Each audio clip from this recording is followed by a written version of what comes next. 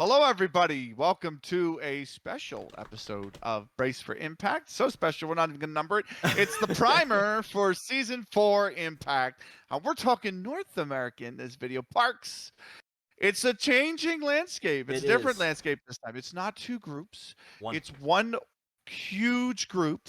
And it is, well, first and second going to the LAN. Third and fourth retain their spots for Season 5. Yep. Everybody else has to requalify. 8 Yes. teams this time in one giant group. Loving it. Love the format change. Way better. I think it's absolutely So much better. better. Miles Like better, mate. you're taking out a lot of the randomness that can happen when your first and second teams go up against each other. And like last season, what happened was when we had Shimmer and at the time XCLG Red, now FlyQuest, they both ended up winning and they were in the same group. So it was a weird one, but I think the way it works now is much better. You have to be consistent week over week, and I think that's kind of where we'll get started here. We're looking at It also means, by the way, yeah. it eliminates going 6-0 and then missing. Yes, you know, yes, the that impact is exactly what lands. it eliminates. It makes the weeks a little bit easier as well because now, Yeah. one, you're getting an extra match a week now. You're getting 7 matches in total, which is nice. Right. And so yeah, I don't know. It's just it's good. It's a good change overall in my mind. That does leave us with a bit of a graph to go through, though. And I think the best way we can start this is by going bottom up and kind of going. We'll go in sets of 2s because that's how they That's how they group them in this scenario. You've got your your 7th, 8th, your 6th, 5th, your 3rd, 4th, your 1st and 2nd, and of course each kind of section of 2 is important. I was gonna go position by position, mate. We got time. Yeah. But let's go bottom. Let's start at the bottom, right? Yeah. Who we think is finishing last? And listen, I love this team. I love the girls on this team. They're all absolutely fantastic. They are probably going to beat me up at the next LAN they see me at. But I'm going to pick Cherry Bombs. I think Cherry Bombs are going to be kind of the bottom of the pick here. I think it was really a success story for them making this season. But I think that's where the story ends. Like, I think they're going to get their experience. They're going to play hard. But I think that's going to be that, and I think they're going to finish bottom of the group, unfortunately. I think it shows when they were facing off against the newer looking Loot Goblins team, like that was not the TFR of old. I think that they kind of showed like, yes, this is still a good team. This is a team that will fight for every single game, every single match. But a lot of stuff had to go right in that, into Well, they that fight match. for the right to party, though. Yeah. I mean, they're going to have to for Season 5 because I think they're going to be back in the open qualifier spots. I think the way I think in terms of a level we look at Cherry Bombs is they are going to they're consistently going to qualify for ESL Impact, but it's going to be hard for them to retain a spot, and that's mostly on the competitive side, not for them as a team to I don't know if I agree with the consistently going to qualify bit even because I mean I don't know. I think there's other teams with good players that could like you look at Loot Goblins and you're like, you give me a lineup with Reef, Pippy Sippy, Chance, Bella, and Rice, and I'm like, maybe that lineup does something. Or I'm sorry, Rice and Childs. You can put Bella in there in place of JE. Chaz is busy. But I know, but the point is, like, you never know with these qualifiers. Right? I do understand. And it's one of those things where, like, you give me a lineup like that, I don't know. So I don't know, but I would pick him 6th. I don't think there's really much, really in thinking that they were going to be bottom of the group. I think right next to them is going to be. It's going to be really tough to pick out who's right next to them. I'm going to say it's Tsunami Sirens. Unfortunately, really, I'm more leaning towards Tatsugeki on this scenario. I lean more which towards is fair. Tatsugeki. They're the only other ones I like kind of tossed up about, but I don't the way I look at it is you have to remember Tsunami Sirens is the old FA White squad, and that FA White squad consistently was having very good matches against Tatsugeki. This is the whole thing. I hate this episode. This is the one episode I kind of dread because all these players, I love talking to them all. I enjoy bringing them up. You're getting DMs as we record. Yeah, I'm getting. Are you talking smack? Yeah, I'm getting actually texted right now.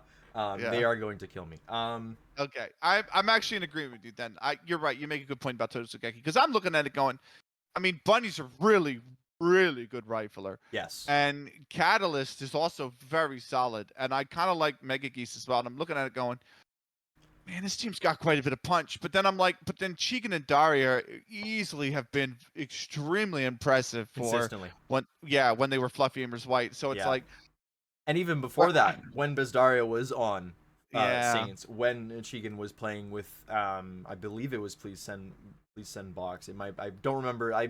There was trials. I remember that much, but Yeah. I don't think she ever actually made it onto the roster. But she's a good player as well. So I don't know. The way I look at it is it's Cherry Bombs and Totsugeki are my bottom two, and that's why I wanted to go in twos, because it's a lot easier to say, they're fifth, sixth. Okay. It's not exact. Yeah, you're right. But like, we could all pick Cherry Bomb's bottom. That's fine. It's just, I mean, I'm gonna shout let out to Giraffe. I was gonna say I'm gonna let her beat you up next time she meets you. That's totally fine. Fifth, Okay, so let's move into fifth. Fifth, sixth. Because we sorry. I think, yeah, fifth, well, sixth. let's do six. Do you think Tsunami Sirens are sixth? Is that fair? Yeah. Or? Yeah, that's where I'm at. Okay.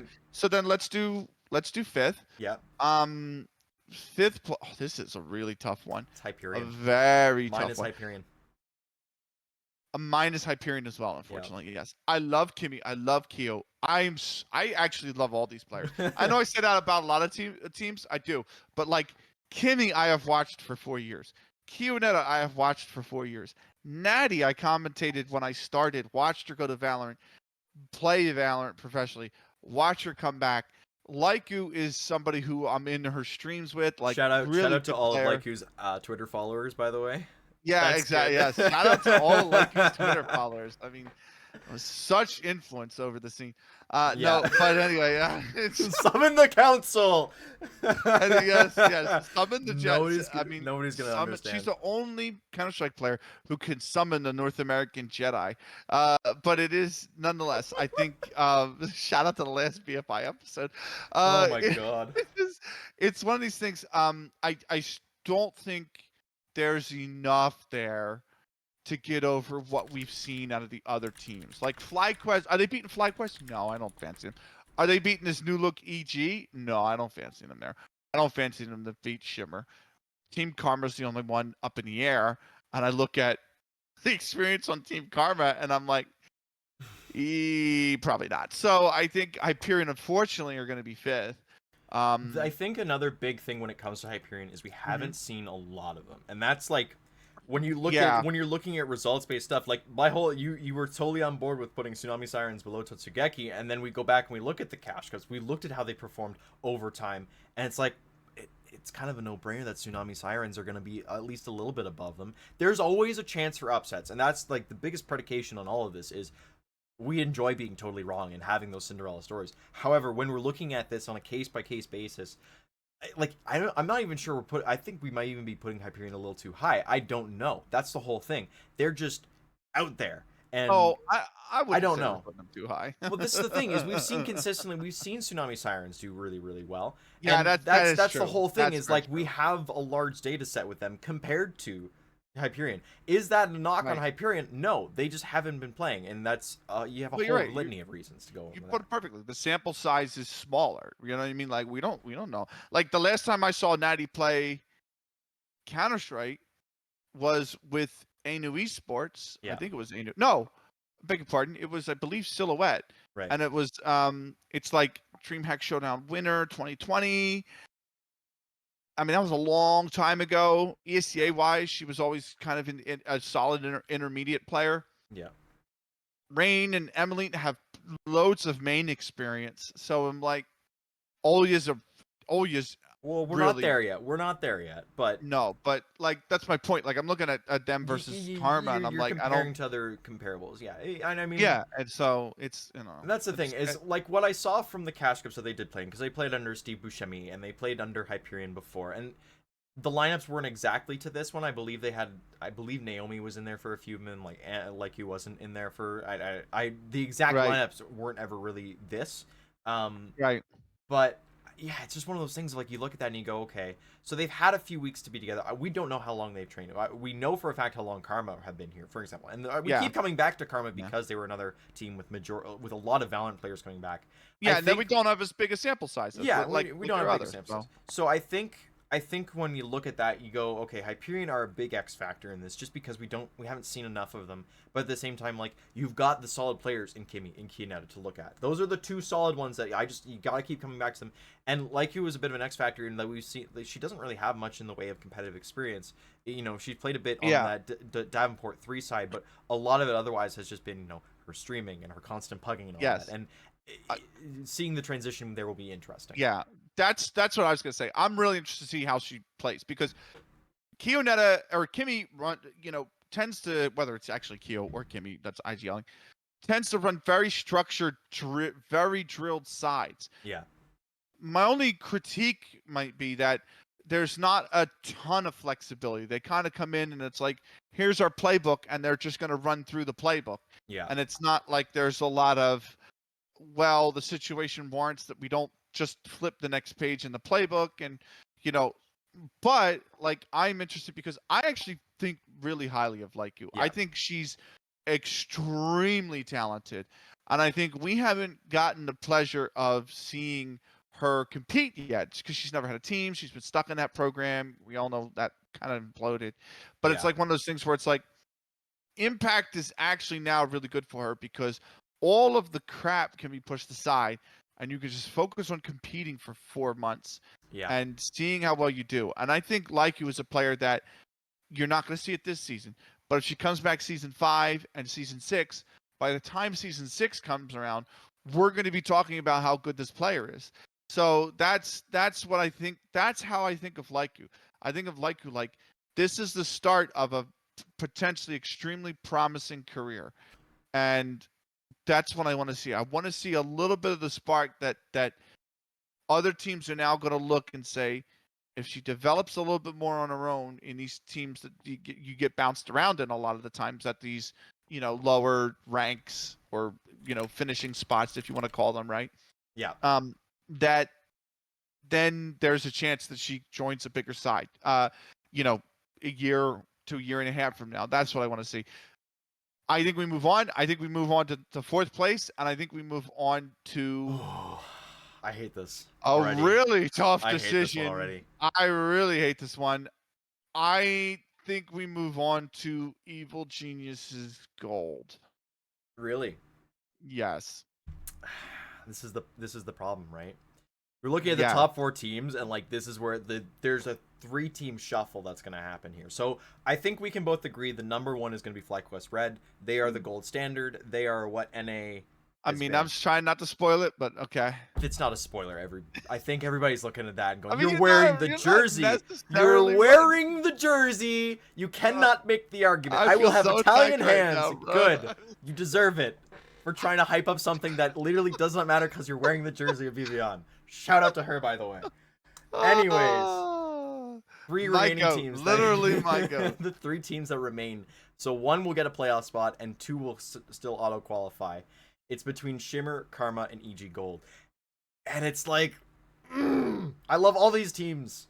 So, they all can do it. This is the problem. They all can do it. I think the biggest thing for me, I'm gonna put it this way. I think the biggest thing for me is, I think we're gonna see Team Karma 4th, and it's not a knock on the players because they have done a really good job, and honestly, they have looked really good.